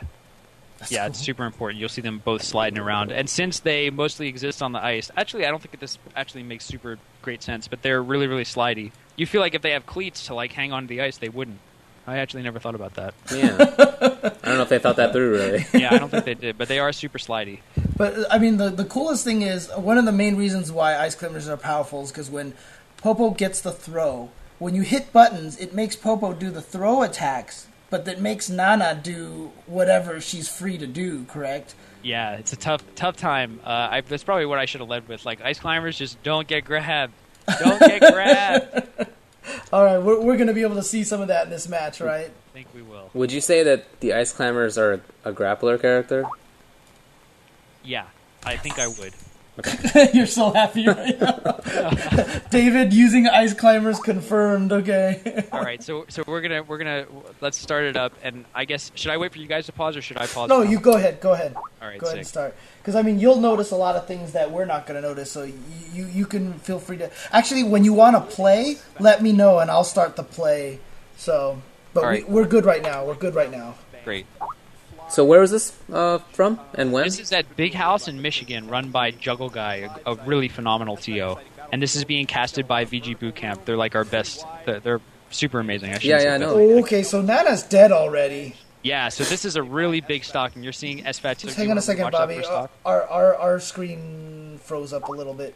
Let me go back and play it again a little bit. So Yo, we gotta tell these dudes to shut up on Skype. Dude, I can't get them to... Dude, I just put it red. I just read it up. Do not disturb. Well, it's can you... I should leave this group here. That's the problem. Yeah. Let me see if I can freaking League of Goo is ridiculous. How do I leave this thing? Is there a way to leave this or /leave or /leave? Can you really do that? Yeah. Oh. It's actually super funny. Like I've been in tons of work chats, and like somebody starts talking smack on me, you just like /leave. /leave, and then you're out. No. Tells everybody. You said /leave, right? Or is it / Yeah. leave? Sorry. The one that's right near shift. Oh, that's / though. No, it's not. Is it really? Yeah. It's the only / anybody uses, so I don't know why people even say forward or / unless you're in programming, because otherwise just say /. Interesting. Okay, well that'll help a little bit. Anyways, let's go back. Let's go back to the video here. Yeah. Sorry, guys. All right, let's go there. Yeah, so you'll see SFAT trying to separate them, and Shine's a great move to separate them. Like if you shine in the middle of both characters, like they'll start splitting up. Yeah, that was a tough stock for Nana. She just got jumped. I didn't even realize now that everybody's checking at seeing the cats behind us right now. That's cool. So- We got cats.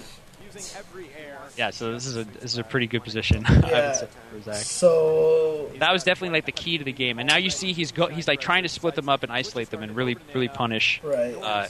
Nana when they're apart. Well, what can Ice Climbers player do about that? Yes, we'll see Fly start to get his footing, but I think that like he's in charge of not letting Fox in the first place. Uh-huh. So like once he's in that bad situation, he's just going to get kind of kicked around a little bit. I see. Now, here's a really interesting... I'm going to pause it for a second here. Yeah. So here's a really interesting thing. You talked about, like, against the Ice Climber, don't get grabbed, right? Yes.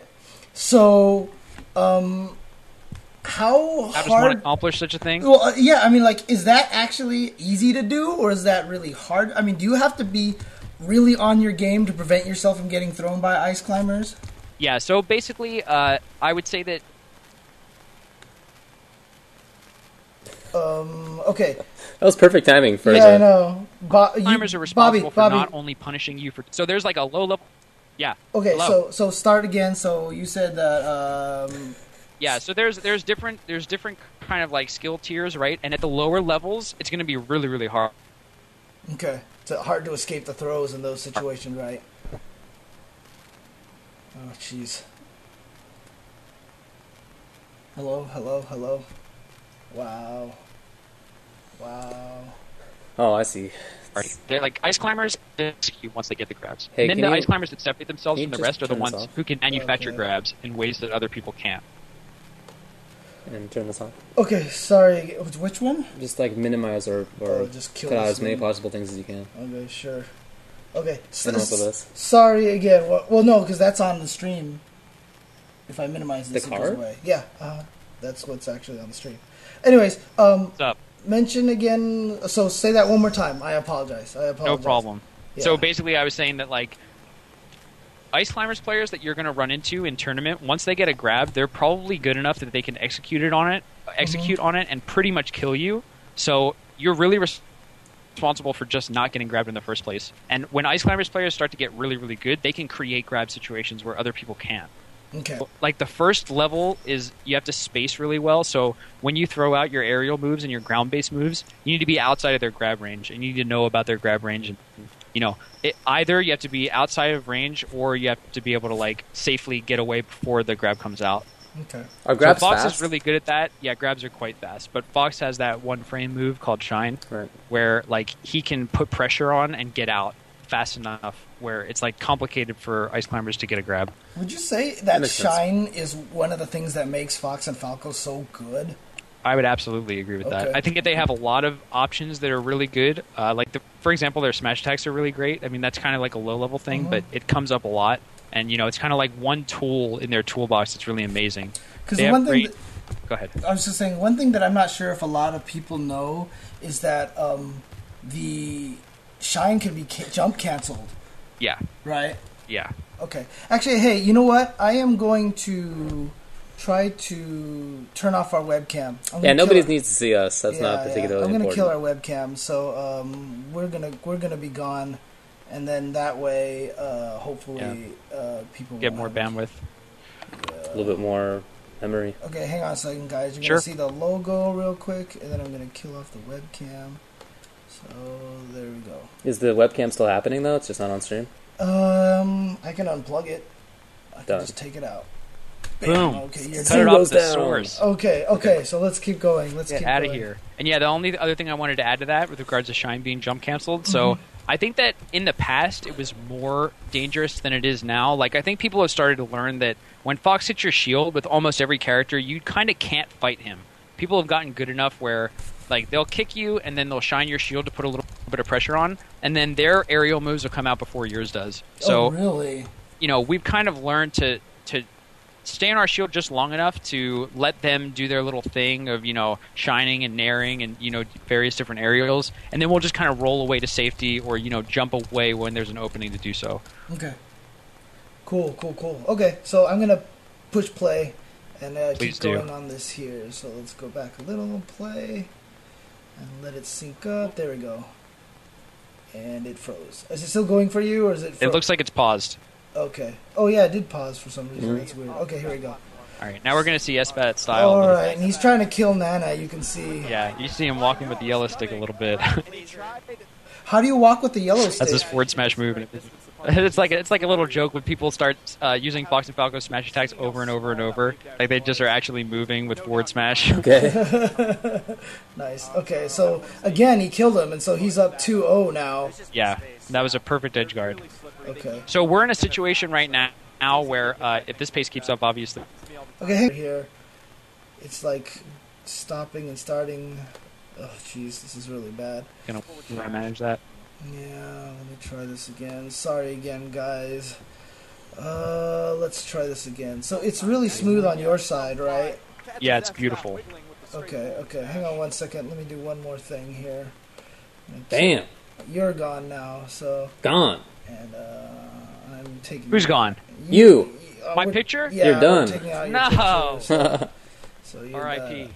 Okay, so here we go. Now back to this. So now we are at just the purest of pure here. And let's see if this will start playing or not. Okay, here we go. All right. Okay, so he actually does manage to kill him here one time, but let's go back here. So here is, we saw he killed Nana, and then, so even though Ice Climber gets a throw, now he can't do anything without Nana, right? I mean, his throw is only good when he has Nana in there in the game with him, right? Yeah, that's right. You can do some things off of it, but not nearly as much. Right. It's And not a kill. that looked like a situation where it was just an inevitable death for a Fly, right? As Yeah, he it was a trying to perfect approach. edge guard set up by SFAT. He had his back to the Ice Climbers, or at least to Popo, so if Popo was trying to come close to him, he could have just kicked him, and since he went above, he could just do that up smash, Right. which is just a devastating kind of move. Right. So we saw him get one throw, and he automatically got the kill because he got Nana to smash Fox while he was held in place. But Yeah, then that's right. But then it looks like now here that Fox is already killed Nana, so we're again in a very bad situation. Yeah, this looks like a bad matchup. Whoa. Yeah, we're in a super tough spot for Fly. And, like I said earlier, depending on the tournament, matchups can look extremely bad, or extremely good. Like, there are there's days the when shine. if Fox players are playing well, it's like, oh my god, how do you beat Fox? But right now, I mean, to be honest, the Ice Climber's actually doing an admirable job fighting Yeah. here. Yeah, so we call this Sopo, Solo Popo. Nice. He's doing all right. Dude, that was actually really good. But, so, I mean, he's actually tied it up. Now, of course, he's at 77% and Fox is at 0. Right. So it's not And- really tied up, but... Yeah, more importantly than him being at like 70% or 100% is that he's one Ice Climber. Yeah. So he loses a lot of his kill power there. So right now we're basically in a situation where Fly needs to keep his Nana and he needs to get those grabs. Like he's not going to be able to do this with one Popo. So not only is it important for, for him to like do damage, but like he needs to keep his Popo. His Oh, Nana. and he gets the throw. Yeah. Oh my gosh. Yeah, so that was a... Could we rewind and take a look at that? Yeah. Yeah. Could he not have gotten more than that? So, okay, there's a grab infinite called wobbling, and that's probably been banned at this tournament because he's not using it. Fly also generally doesn't use it. It's like kind of... I don't know that he cares, but it's like super manly to never do it. Do you mind if I pause? Yeah, go ahead. Oh, go ahead. Sorry. Yeah. And so basically what we've been seeing all game is Zach, SFAT, outmaneuvering Fly and getting in with those like crucial shines and really killing Nana. So, and he's always been going for Nana. Like you'll notice when they're split up, he'll almost always try to capitalize and punish Nana. And Fly is basically, it looks to me like he's trying to read SFAT's movement and he hasn't been converting on any of it. So I paused at a really great frame because this is the first time that we really see him get a clean hit. So SFAT's kind of jumping around the stage and maneuvering all over the platforms. It's a lot harder for Ice Climbers to get a grab when you're on the platforms because, obviously, like if you land, they're together, they're on the ground. Right. But in the air, like they need to actually make their way to a platform, so it takes a little bit longer and they can't really get a grab. So in this moment, Fly is reading, so basically you could see SFAT and it looks like he's just going to land on that top platform. But Fly's about to make a gamble that he's going to actually fall through that platform to the ground. And so what he's doing is he's about to throw out a forward air, and if that hits, it's going to put Fox in enough stun to get a grab.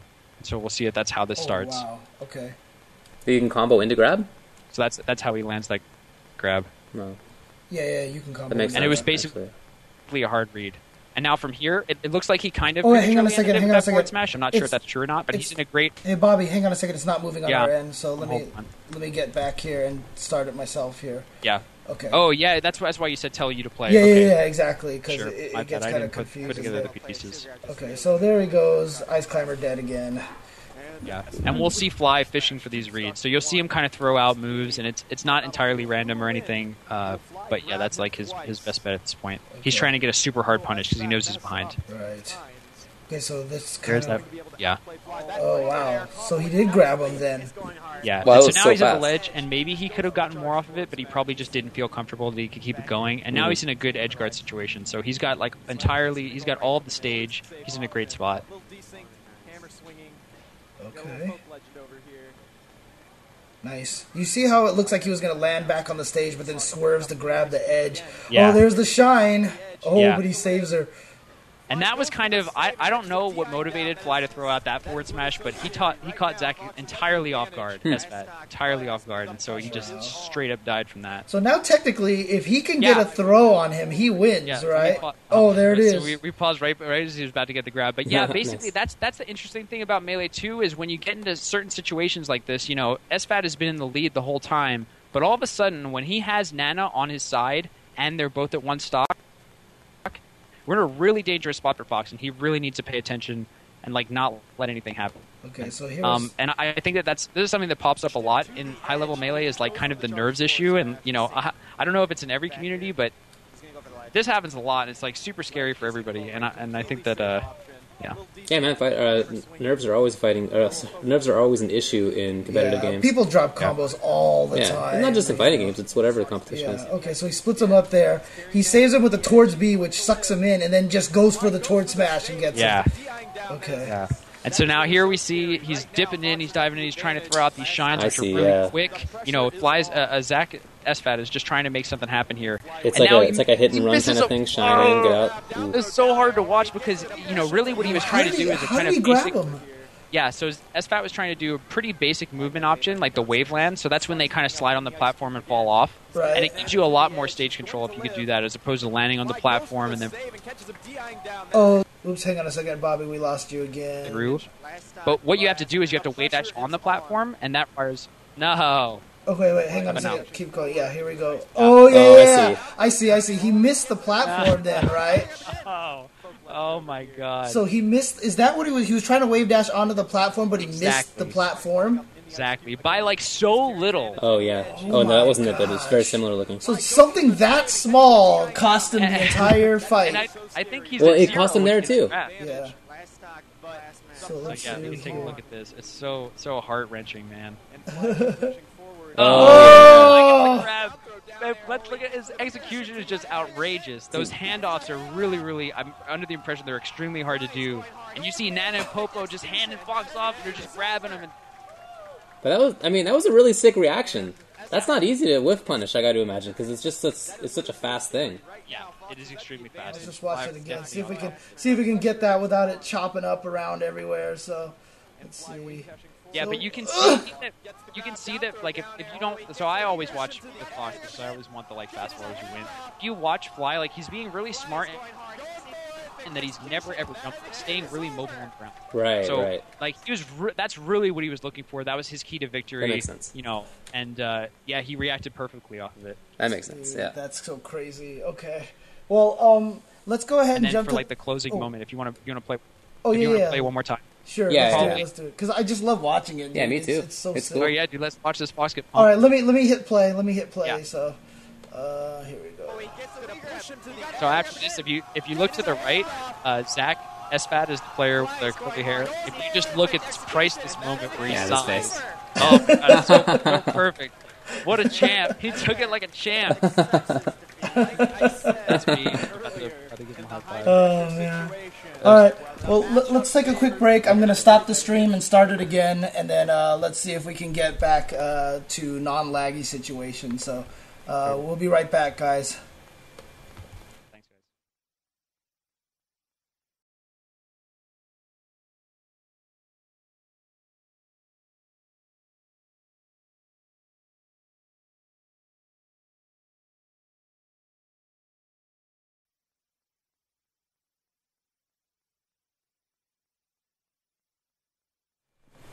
Okay, welcome back. You're not going to see us on stream. You're not going to see Bobby on stream either because we're trying to take some measures to limit the lag as much as possible. But we do have Super Smash Brothers Melee here on stream. Again, we're just trying to, show people who don't know the game very well a little bit about the game so that when it comes to EVO, you can watch it and understand it, or maybe get inspired to play it yourself. Right. Also, another thing I was thinking of, this has nothing to do with anything, but awesome.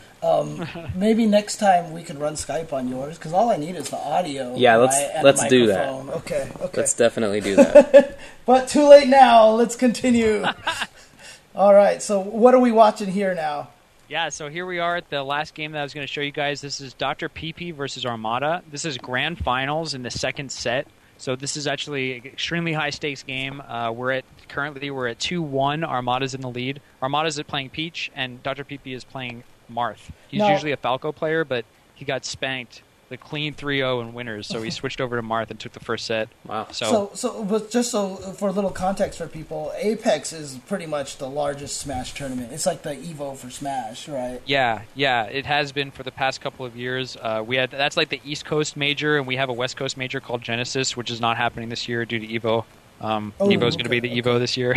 Okay. But yeah, Apex is definitely like one of the biggest tournaments. Right. Now let me ask another question. Obviously, Mewtwo King, very strong player, wins a lot of tournaments.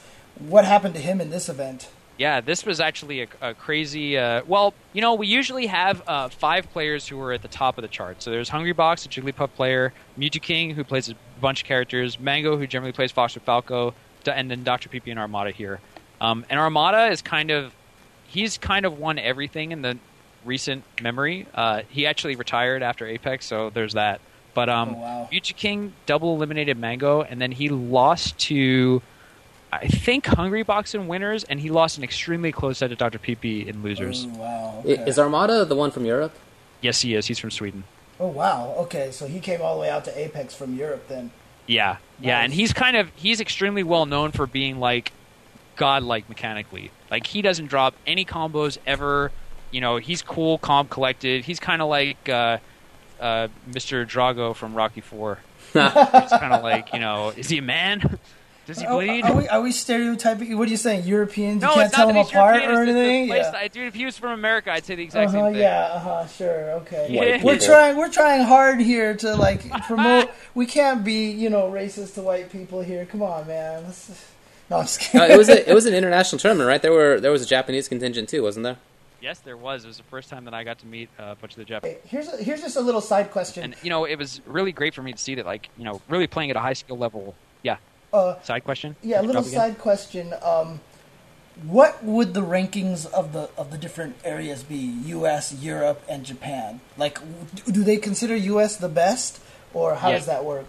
U.S. is like 70 times better than every other region. Oh, really? Yeah. Even though Armada, you were just talking up. Armada is just like, he's just, something else. He's one of those guys who, his fundamentals are so strong, and, he's just got an eye for the game. He was able to come in and take everybody by surprise and just, wow. And he also played Peach, who was never considered to be a top character. She was considered to be the same level as Captain Falcon and Ice Climbers, one of the lowest of the high tiers. So, he showed us things that nobody ever came up with.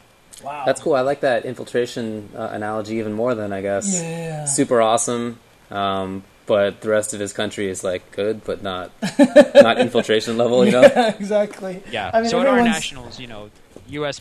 aside from Armada, who's the anomaly, U.S. players generally take, I would say, the top 16 spots. Yeah. Oh, okay. Nice. Okay, that's cool. Yeah, I mean, these are also very interesting stories to know about going into EVO. Because if top 8 turns out to be like a Japan player in there, if you don't know, you're like, well, Japan's the best at everything. Yeah. But if Japan makes it in top 8, it would be a pretty big story, correct? Yeah. Expecting one of those top 4. Those are like the big 4 players: PP, Hungrybox, Mango, Mewtwo King. Those are like the next level players. Gotcha. They're all US based. And we're not going to expect Armada because you said he retired, so he's not going to show up to EVO then, right? Yeah, sad face, dude. Oh, painful. Okay. Well, let's check out. But we love our international players. I don't want to talk too much smack on them. They're the best. Anyway, let's get into this match. Yeah, so I'm looking for 48:03 as the timestamp. So let me just fish around here for the beginning. Sure, of the no game. problem. And again, let me know. Oh, actually, we're playing just fine right now. So. Okay. Well, I'll let you guys play anyway. But yeah, this is the beginning of the game. And actually, you mind if I pause and just? No, not at all. Yeah, so I'm going to give like a really, really high level overview for just a second. So basically, I actually had both of those guys on my stream yesterday and the day before, because I wanted to prepare and get their kind of 2 cents, because this is an extremely, extremely high level kind of set, and these guys are doing things like above and beyond what I would be able to even pick up on. So, yeah, the breakdown of what I was hearing is that Peach is actually like, so she's not very mobile, and Marth's dash dance, like his footsies are really, really amazing. So that's what Peach is going to kind of rely on to get a lot of grabs and a lot of hits. And basically, neither of these characters feel very comfy together. So both can kind of hit the other vertically up and stay below them, but neither of them have great options going down. I would say that Peach has slightly better options. But the matchup is, I don't know, people used to say that Marth had a gigantic edge, but I would say at least the way that it looks pretty even. And the stage is Dreamland 64, so this is a really big stage. Again, it benefits floaties because it's really hard to kill them. And, Peach is a floaty, Marth is kind of in the middle. So this is the first game that we're seeing that doesn't have a fox. So the pace is going to be much, much different. Oh, so yeah, cool. that's my intro. So let me know if I can start playing then. Yeah, go ahead. Okay, let's see if I can get this going here. Yeah, and right off the bat, we're going to see Armada. So basically, he's looking to, even if he gets hit, like Marth is much more powerful when he hits you with the farthest point of his sword. Right. So Peach is really comfortable getting in on him and trading one of his weak hits for her combos. That makes sense, yeah. Oh, there we go. Good combo. Yeah, so now you see Dr. Pee trying to come back down, but Armada's reacting really well, and he keeps knocking him away. Ooh, nice. He was waiting for that air dodge. He read the air dodge, and he baited it out. Okay. Yeah. Oh, look at him. And now another point of this matchup is it's really hard for Marth to get back on the stage from the ledge. So this is a tough situation for him. Oh, wow, but he made it back anyway. Yeah. And that B move is called Shield Breaker. That was really strange. Like everybody's like, nobody ever does that. Yeah, we're going to check it out again. Because people at home didn't get to quite see it. So there was that air dodge bait. And then she's going to be able to get him to the other side with that dash attack. And you see Armada's dash dancing back and forth. He's moving around. He's trying to get Marth to, think that he can come on with an aerial, but trying to stay out of range of it and hit him. So now you see he's out of range of that forward air, but Dr. P crazily uses that B move, which has a lot more range, but we never really see it. It just froze in the exact same place. I'm so mad right now. Now, but one thing I want to mention about Peach, though, is she has that float.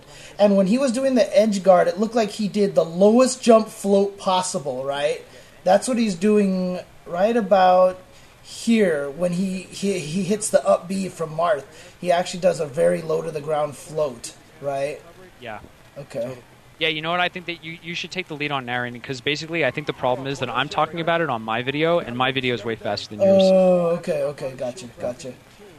And something else. That was such sick spacing. Did you see how he was just on top of the sword? Yeah. So I actually, can we go back to the beginning and watch that whole stock again? Yeah, no problem. So something I was on the phone or on Skype with Armada yesterday, and he basically told me so what we're gonna see in the very beginning is he's gonna double jump and float he's gonna be on the right of the stage, and he spaced it out. He knows the spacing for Marth to do a short hop and then a double jump up air. So it's even before this. So essentially what he did was he was floating exactly where, a Marth player would think that he hits with that up air, but not. And then he converts it into that back air into a combo. So when he told me that, I was like, you gotta be kidding me. Nice. Sorry about that. I'm just gonna let it go from here. Yeah, it's a little chunky in the fast forwarding, rewinding. Yeah, so this video is 53 minutes, so that's right. Okay, so here we go. Oh, yeah, okay.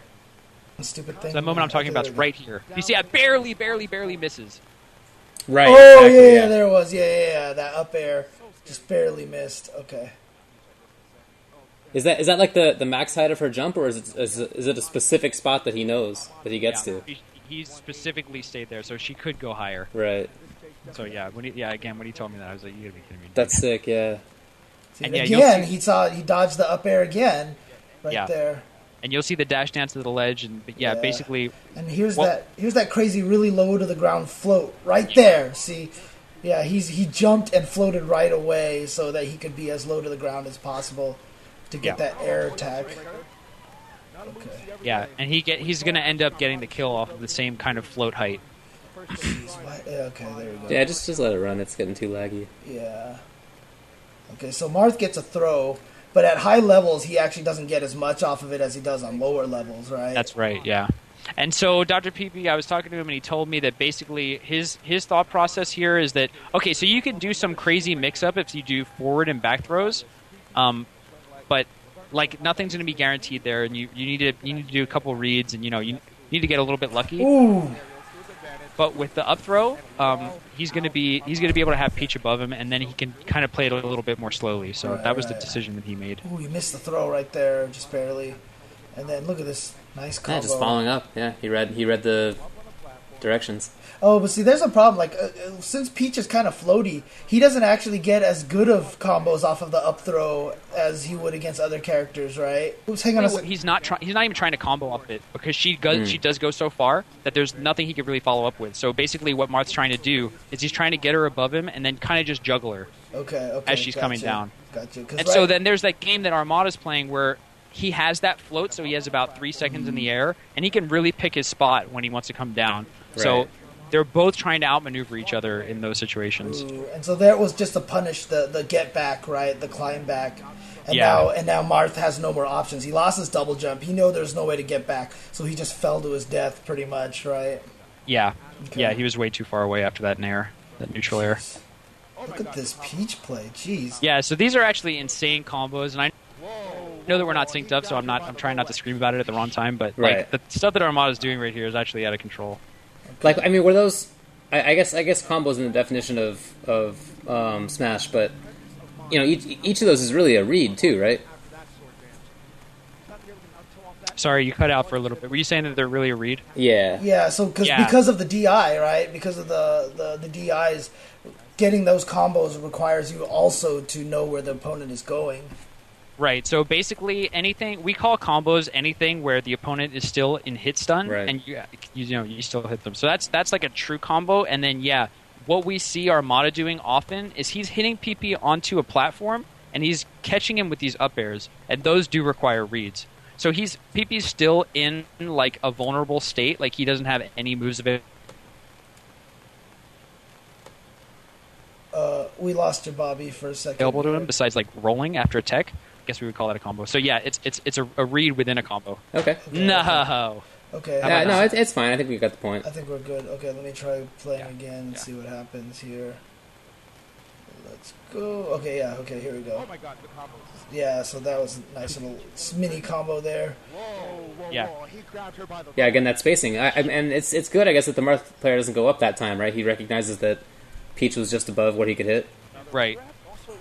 Okay, so he forward throws her, and now she's just hanging out there at the edge. Good read, but then, oh wow, nice. So he lands and blocks in time. Yeah, that positioning on top right there looks pretty strong. Is it when Peach is on the top platform? No, when she's floating up above where Marth can reach. Yeah. Oh wow. Yeah, but she has to come down sometime, right? Right. And she doesn't have the float anymore, so that's really like they're really waiting each other out, and it's Right. tough for both players. And here it is, the difficulty of killing Peach because she has that float. Oh, and then right as you say that, Yeah. blown up. Yeah. So it's somewhat of a gimmick, that forward B. So if she crouch cancels it, if she holds down, she gets like that super armor or whatever, Right. and she doesn't go anywhere, and then she can punish Marth. But basically, Dr. PP caught Armada a little bit off guard, So- and then that forward B pops her up just enough for him to use that up tilt, which kills off the Okay. top really strong. Now, here's a question. So for characters like Jigglypuff and Peach, who have such a great ability to get back, Yeah. is it really important to try to kill them by launching them through the top of the screen? Is that a better strategy to try to kill them that way? Or do you just still send them off the edge and just try to edge guard them? Yeah, so I would say in any of the matchups where the characters have the tools to kill off the top, you almost always see people going for vertical Okay, kills. okay. So if you see Fox playing either of these characters, you're going to see a lot of really low percent up throw up airs, and it's hard to combo. It's like hard to execute on, but if you can get it, you can kill them at really low percents. Okay. So it's like a double-edged sword where they can either live really, really long, or if they get hit by a kill move and they DI it incorrectly, they can die really, really low percents. So, Okay. All right, so I'm going to see if I can get back into this match here. Here we go. Okay, so 2 stocks each. But of course, Marth is down, and that's actually something that a lot of people don't talk about. Actually, when you get knocked off the screen, you know how you get that little magnifying glass thing? You're actually taking damage the entire time. Every time you're in that little magnifying glass, we never talk about that. You take like 1% every. I don't know. It feels like about every second. Right. Yeah, I feel like it just doesn't happen very often, and you get. Well, it happens plenty often, but I guess the damage that you take from every move is like upwards of 15%. So an extra 1%, it doesn't. You don't really notice it. Right. The only time you'd really notice it, so there's a slight subtlety where if you go from hang on a second.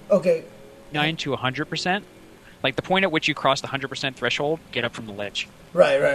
Yeah. Okay. Yeah, so it's like your dude's a little bit hurt, so he like starts to limp or whatever. Right. Yeah. Okay, so again, we're technically not tied in this situation, even though they're both at 2 stocks, because his percentage is so high. We're going to see this again, so he's going to be able to kill Peach finally after a lot of work. Yeah, for sure. And another thing that's important, so sort of similarly to how we said the fact that Nana and Popo with Ice Climbers had both of them, then it looks like a different one stock. When Peach is at low percent, she's a character who's looking for trades in the first place. So anytime that you're at low percent, your crouch cancel can really, you can get a lot more trades than you can at higher percent. So the real struggle here for Dr. PP is that, like, not only does Peach have a whole other stock. Oh my god, that's crazy. Wow. That pressure. Not only does Peach have another stock, but she has it with like a fresh stock where she can start trading, and he's at such high percent. So trading off of that crouch canceling thing is really important then, huh? It happens a lot then. Yeah, it does. So it's basically a tool for like the defender, like not the aggressor, and it comes up a ton when you're in a matchup where one guy's naturally more aggressive than the other. Right. And so, but here Marth hasn't. Okay, he's taking damage now, so this is definitely not. It's almost kind of like one of those CVS2 things or KOF where you don't want your character to take too much damage, try to finish off that last character, Yeah, for sure. I think that's a great analogy. Okay, so he knocks him off, and he gets back on. Oof. Nice. Yeah, I think we might be synced up now. And you'll notice that the pace is like much, much different, where, it's a big stage, they're floatier characters, it's just a little bit slower. Yeah. But I mean, it's slower, but still just as the combos crazy. still are explosive. I mean, it's definitely a different matchup, which is cool from the previous ones we saw with Fox. Dude, and he's taken so much damage off of this one Peach stock, so this is really bad for. Yeah. He's having Dr. a really PP. hard time getting this KO. Yeah, this is fine for Armada, right? Like that's he did his job with that stock.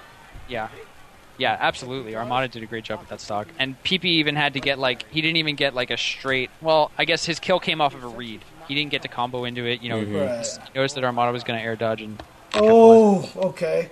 So Peach has a devastating. Oh, that was so sick! Whoa! That wall put up by the turnip. Yeah, I think that actually may have been a mistake. I don't think that they even have like a hitbox after they hit each other. Oh, for real? Really? Yeah. Okay, I'm so gonna I go think back that he was here. feeling like a ton of nerves at that point. So yeah, we're gonna get to see the read again. So you'll watch Peach coming back from this, and he air dodges, hoping that Marth's gonna throw out a move, but PP wisely doesn't do it. Yeah, he just waits. Yeah, look at that. Yeah, and that wait is great.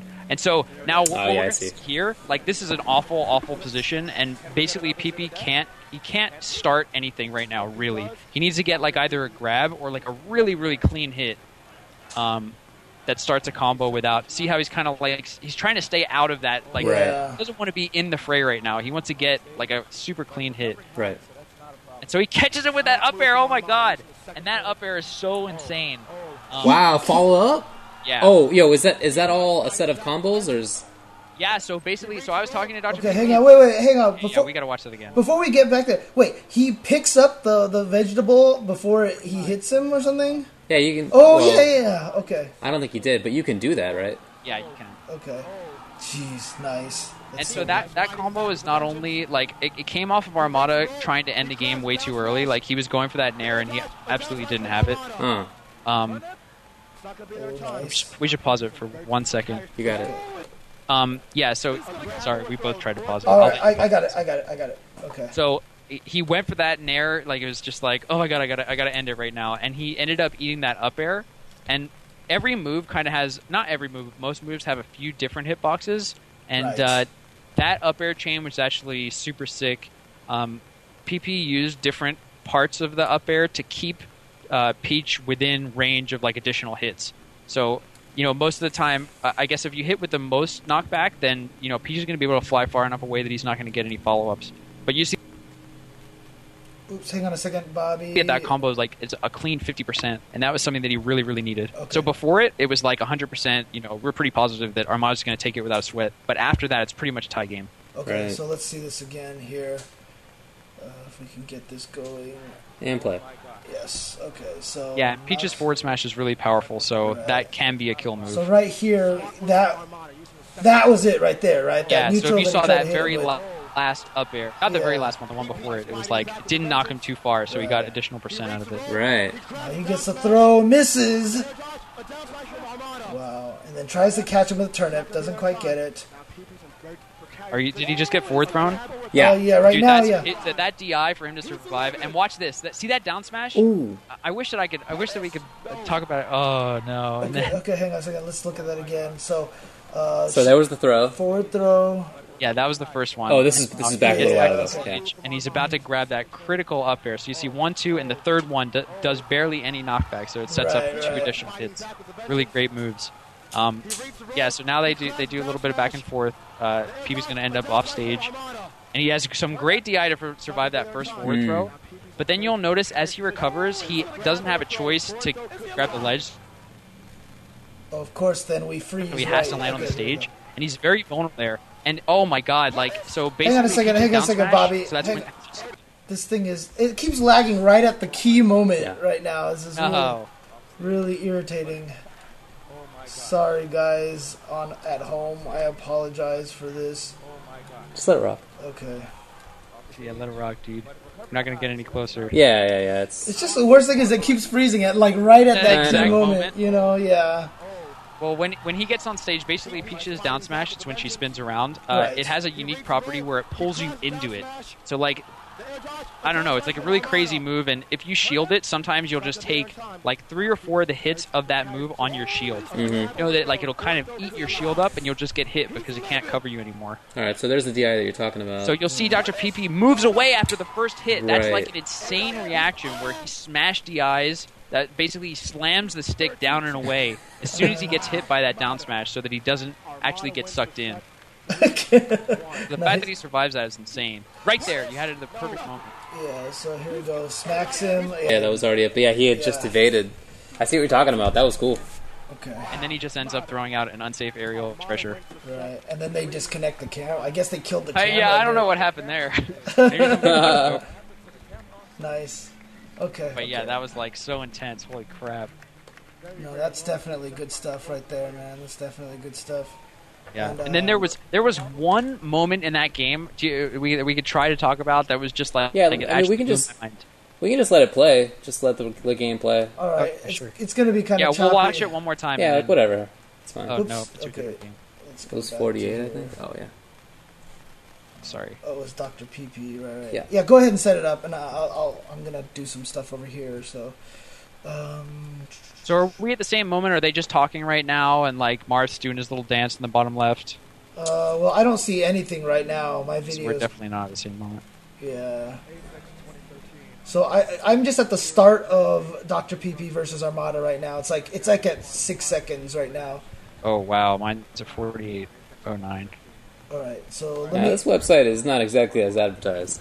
Yeah, dude, not as I agree. Okay, so I just jumped all the way towards the end here. So Yeah, this is a great This is spot fine, if I you're guess. seeing like the stash attack. yeah, and the peach All right, so- combo. I'm not going to be able to talk about it right now, but right here, this is exactly the moment. Like, I'll just talk about it, and we can kind of maybe rewind and watch it. So basically, Dr. PP sets up for he like launches Peach a little bit, and he starts hitting him with forward airs. And forward air has enough lag that or enough hit stun that it combos into itself, so he can do a good bit of damage with it. Right. But what ends up happening is, this is the first time I've ever seen it was in this video talking to Armada. Basically, PP hits him with a forward air, and then that combos into another one. But before he can get hit again, Armada like uses an air dodge in midair down towards the stage, where like virtually everybody else would just get hit again. he just air dodges down to safety and throws out that down smash, which is like a three frame move, and catches Dr. PP while he's thinking he can follow up. And it was like a huge momentum killer, and I really think it was like one of the crucial moments of this game. And that happened towards the end of the match then? No, I think we already passed it, right? They were both at 3 Oh, stars. okay, gotcha. Okay. But I figure it's going to be too hard to... Yeah. We could try it. You mind if I'm going to try to get there, and then I'll pause it at the... Oh, I think it is there now. Yeah. Yeah, so here we're really close. So I think Armada's going to be... I think I'm ahead of you, so I'll call out what percentage she's at, and then we can take a look. I think it's right here. Is it 19? Oh, yeah, 31, right there. 39? Yeah, I just saw it. We just saw it right there. Right. Yeah. That air dodge is so sick. Yeah, we just saw that. Okay. That's cool to identify like an individual moment when you think that things really switched it up. I was like trying to find that kind of place. Right. In a match. Because they were kind of going even. Things looked okay, but like when you can actually interrupt and counterattack out of a combo, like I don't know, that switches a ton. Like Dr. PP could have gotten maybe 30-40% more out of it, but instead it turned into an edge guard situation for Armada. Right. Yeah. I can definitely see that really changing up how the match ended up going. Okay. Dang. Yeah, I mean, I'm hoping that a lot of the people, watching this can start recognizing just how much detail and how much, crazy skill it takes to play this game, and the ridiculous amount of movement that is involved in this, and just how fast you have to think. And that's the one thing that I was hoping to just get across is just a lot of people see this and they think, oh, it's just Smash Brothers, it's got Mario, Yoshi, can't be that skillful. But just in these 3 matches here, we've seen like I've always said that I honestly believe Melee can probably only be matched by a game like MVC2 and maybe Guilty Gear in terms, and probably Tekken in terms of technicality, So I mean, I enjoy watching this game. I love it, and I'm hoping a lot of people can enjoy it as well. So yeah, dude. Well, hey, thanks so much for having me on. What was I was going to say something just exactly about what you were talking about. I totally forgot it. Oh well. Oh, sorry about that. But in any case, I mean, we really appreciate you coming on and helping us out. Hey, it's my pleasure. I love talking about this game. I talk about it all the time. Yeah, but before you go, really quick, people can follow you where on Twitter? Yeah, do you mind if I actually paste some of those things in the chat? Oh yeah, go for it. Not at all, please. yeah. Yeah, so I'm in chat right now. I just opened it up. That's probably why I've lost my train of thought. So this is my Twitch channel, twitch.tv/Bobby_Scar. Okay. We talk about Melee every 2 weeks on a podcast. I'm streaming some games every once in a while, and oftentimes I get top players on to talk about their games, and we kind of look at those moments, and we really analyze the game. And I actually. I ask people like really silly questions, so you'll get a lot of those. That's cool. Yeah, super basic moments where we go over things like that. What's your podcast called? It's called Melee It On Me. I have my fiance to thank for that brilliant pun. Nice. Like Good job. I like it. Well, we'll definitely tweet that out too. Thank you. I was like, what should I call this show? Is it like the meta game or something cheesy like that? It was like Melee It On Me. So anyway, yeah, that's my Twitch. You can follow me at @BobbyScar on Twitter. Okay. And I'd love to shout out two of our biggest streamers. So twitch.tv/VGBootcamp. They're actually streaming Melee at Evo aside from top 8. So follow them if you want some sweet Melee action on the day of. And twitch.tv/Clash Tournaments. Oh, okay. Those guys are also really big Melee, Brawl, etc. streamers. Yeah, they just streamed a tournament a couple weeks ago. Yeah, I was there. It was sick. It was in New Jersey. Yeah. Yeah, and then there's some sweet games that I would love to tweet out. Can I ask you guys to retweet them? Like those are games that if you want to watch anything by yourself and just like let the commentary ride and let the gameplay speak for itself, these are like some of the games that I could just watch forever and ever and ever. Yeah, could you tweet them to us? Just do it at UltraChenTV, like game by game. That is to say, like one game per tweet, and just a little bit of a description of the game along with the link to the YouTube vid if you could. Yeah, it would be my pleasure. Cool. For sure. Great. And I honestly recommend to everybody, please definitely, follow all these Twitch channels that we're talking about here, VG Bootcamp and Clash Tournaments, and follow Bobby Scar as well because like I said, I mean, a lot of people out there, they say, Smash is not a fighting game. I mean, I'm hoping that this episode convinced you that Smash is indeed a very, very, very much a fighting game. So Yeah. Yeah, and sometimes I grandstand a lot on my podcast. James, you were actually on it for a minute, and I think you heard me talking about, oh my God, we're all in it for and I'm really sincere about it. I shouldn't use that voice, right? I feel like we're all gamers. We've all been through. I feel like there's definitely a common identity between all gamers, even the RCS gamers, so on and so forth. But it's just sick nasty getting to meet fellow gamers. We're really excited about the opportunity to meet people who are not in our traditional circle. We have a large community, but nowhere near the size of the entire FGC. So we're really excited for the opportunity, and I feel like we all have a common struggle. Where if we're all going to succeed together. Yeah, I agree. I definitely hear that. So. Yes, so I'm in it with you guys, dude. And anything also, I could do to help. Yeah, one last question. Would you say even at this point, I mean, just like ST, just recently in the last 3 or 4 years, even though the game is so old, T-Hawk is now considered top 3 or something. Do you find that this game is still evolving? Even to this absolutely, man. This game is super fresh. We were actually talking about what elements are really underdeveloped, and the topic of platforms is it came up recently, and we kind of feel like there's a ton of opportunity to better punish on those platforms. We were talking about FD and how dangerous it is because you can punish so much harder. I'm not sure that that's the case, and most people are we're starting to think about them a little bit more. But the play is starting to get a lot more refined, and I think the only real worry is what's going to happen when Smash 4 comes out. Man, I was just going to bring that up because Nintendo's they have their press conference in 9 hours. So. Is it really that soon? It's 7 a.m. Pacific time. Wow. Ass of dawn, man. Okay. Yeah. So we're expecting it. I feel like we've talked about that too, and it's kind of like the Melee players. I feel like we've been playing it for so long, and we just kind of love Melee. That's kind of it. I'm not sure if they could come out with a game that we would play competitively, but not everybody feels that way. And when Brawl came out, I guess we kind of divided half and half. Right. And I think that Melee is a lot healthier than Brawl right now, for whatever reason. I'm inclined to. I have my own reasons, but they're a little biased, so I won't even share them. But I assume that Smash 4 will kind of be similar. But yeah, I mean, because it's going to be developed by Namco this time, right? Yeah. So it's going to be really interesting. I'm curious to see if they're going to have a completely different take on the game. That would be really, and I've always been interested. It feels like that platformer kind of, percent-based KO style game. It hasn't really been explored. This is really these 3 games are really it. So I was, I'd love to see a different interpretation of that kind of system. Right. Maybe it'll be interesting. Maybe it won't. Yeah, but. I mean, the interesting thing too about it is, in the fighting game community, like I said, we're still playing ST, right?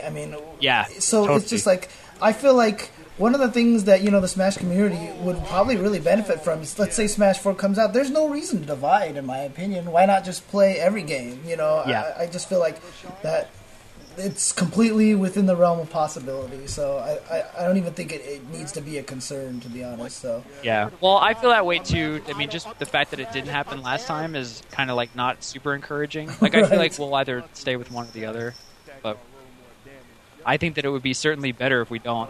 Yeah. Well, in any case, I'm looking forward to that announcement. That'll be cool to see.